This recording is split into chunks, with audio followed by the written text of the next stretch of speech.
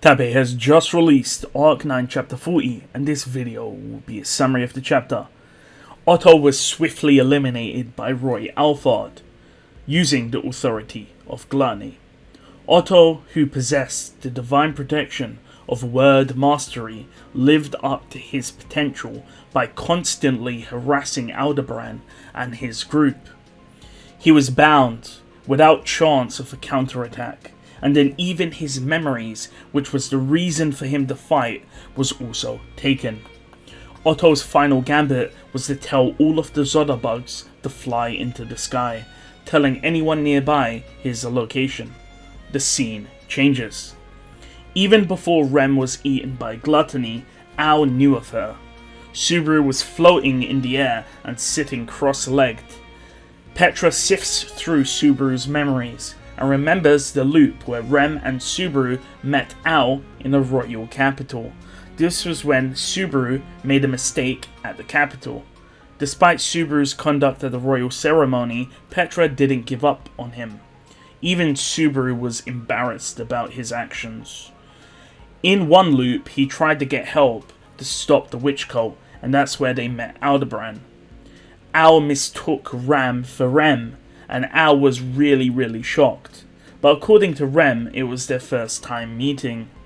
Regardless of the circumstances, upon seeing Rem, Ao should be stunned. Rem could be used as a flash grenade to stun Ao. "Let's show Ao how angry we are," Petra says. The scene changes. Now then, let's offer a brief defense to Roy Alphard. He chewed through all 22 years of Otto's life. The happy moments and the negative moments. He consumed it all. Roy Alphard rated Otto's life 2 stars. When you devour a memory, you learn about their philosophies, their motivations, and even their tactical plans. Yet Roy didn't see any ambush planned. Why? That's because Otto didn't plan anything. He just simply believed in his friends that once he sent a signal, they would do something. "A pleasure to meet you, Lord Ao." A girl appeared in the blink of an eye. Ye and the Divine Dragon were unaffected, but Ao was affected. Ye then called out to Ao. Ao was teleported into the sky, outside of his domain. Ao quickly reset his domain. If he didn't, he could be defeated. In fact, he was nearly defeated. We see Ye grabbed onto Ao before he was teleported, so she was still present on his back. Ye says that she will stabilize their fall, but as she said it, Ao swallowed his poison capsule. As he dies, he tells Ye he will speak to her later. When Ao came to, he was hundreds of meters in the sky. This was shadow magic, maybe. In fact, if one wanted to, they could use enough power and destroy their gate and send someone on a one-way trip. However, Ao feels and knows that what sent Ao into the sky wasn't magic. It must have been something else, a cheat technique. It wasn't a divine protection, since he hasn't heard of it.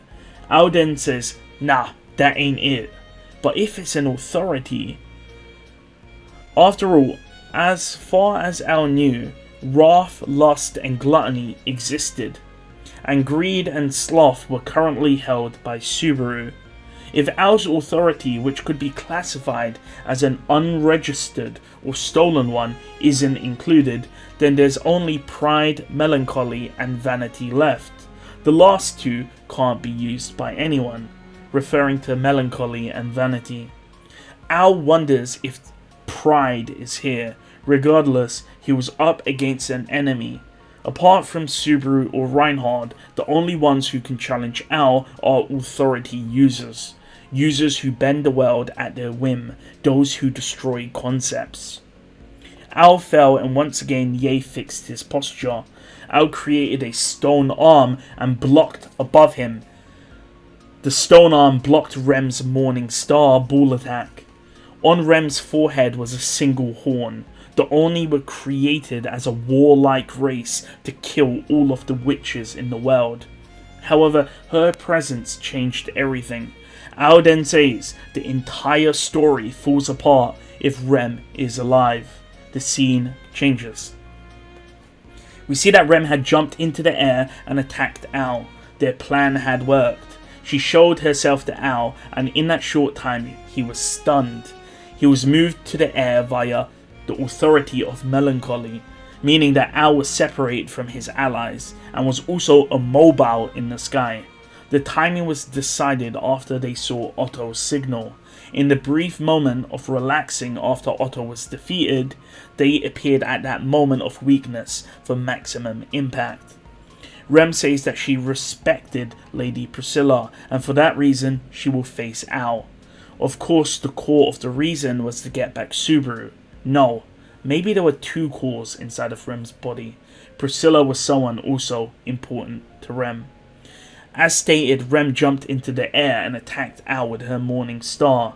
Al says that Rem being there and being alive ruins the story. Rem is of course thrown off by this. There must be a connection between Ram and Al. This is what Petra mentioned prior. Rem can't imagine that she has a connection with Al. In fact, Rem asked Ram if she had spoken to Al before, and Ram said once briefly before the royal selection, but it wasn't anything special.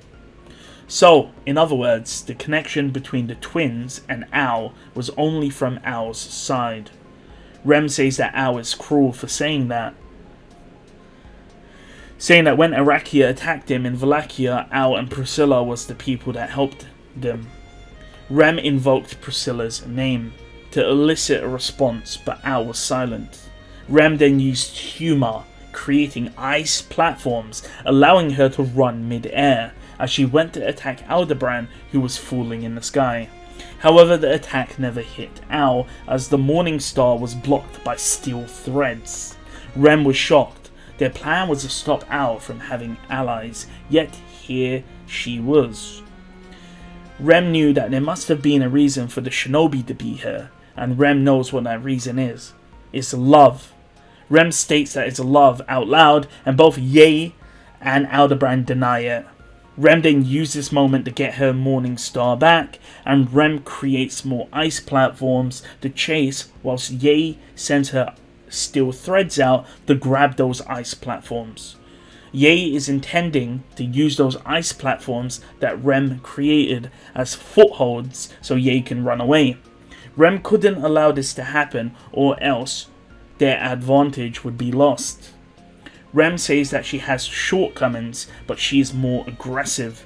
The ice platform that Ye just stole, using her steel threads, disappeared into mana. Rem was someone that could easily turn off her magic and prevent the ice from being used. Al blocked Rem's morning star 3 times in a row, then Emilia, who was on the ground, jumped up and kicked Al on the side. The scene changes. The separation of Aldebaran's group. The ambush operation went according to plan, around 90%. Roy Alfard was watching as many people appeared.